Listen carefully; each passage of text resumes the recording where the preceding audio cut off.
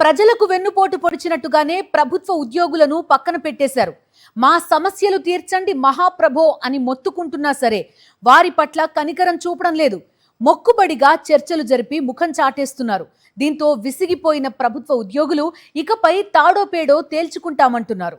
Chandrababu mark వెన్నుపోటు రాజకీయానికి బలయ్యామనే విషయాన్ని ప్రభుత్వ ఉద్యోగులు తెలుసుకుంటున్నారు.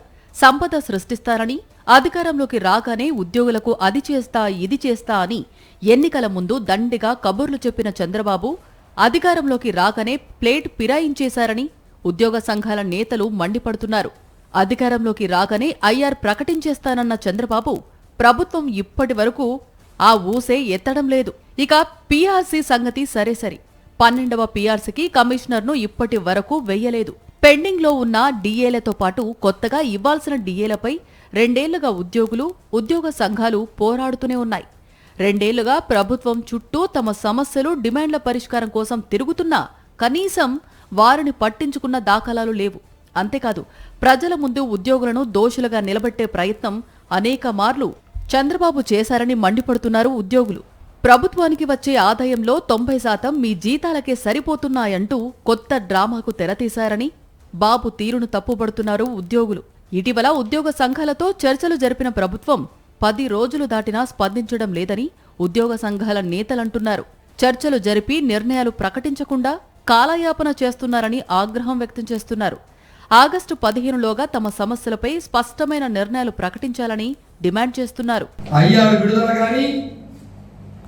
కమిషనర్ నియామకం కానీ, అదేవిధంగా డిఏలు విడుదల కానీ, పెండింగ్ బకాయిలు కానీ, అడిషనల్ క్వాంటమ్ ఆఫ్ పెన్షన్ కానీ, మనకు సంబంధించినటువంటి కాంట్రాక్ట్ అవుట్సోర్సింగ్, గ్రామ సచివాలయ ఉద్యోగుల సమస్యలు లాంటి ప్రధానమైన సమస్యలు చర్చించి సానుకూలమైనటువంటి నిర్ణయాలు రాని పక్షంలో ఏపీజేఎస్ అమరావతి నేరుగా ఉద్యమ కార్యాచరణకు సిద్ధం కాబోతుంది.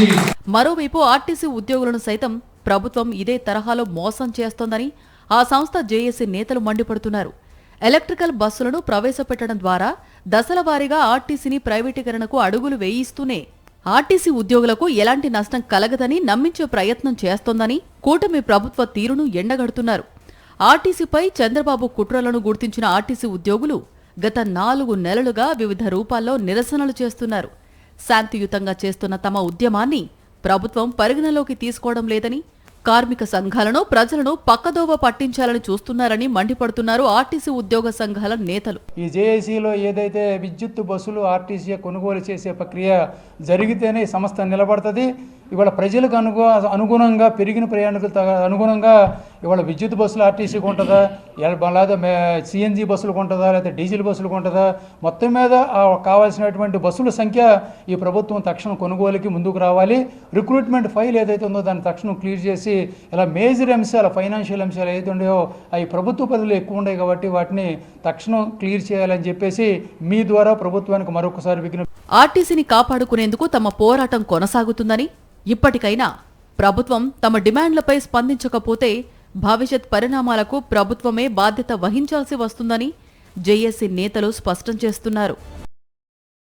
మరిన్ని అప్డేట్స్ కోసం ఛానల్ను సబ్స్క్రైబ్ చేయండి. నోటిఫికేషన్స్ కోసం బెల్ ఐకాన్ పై క్లిక్ చేయండి.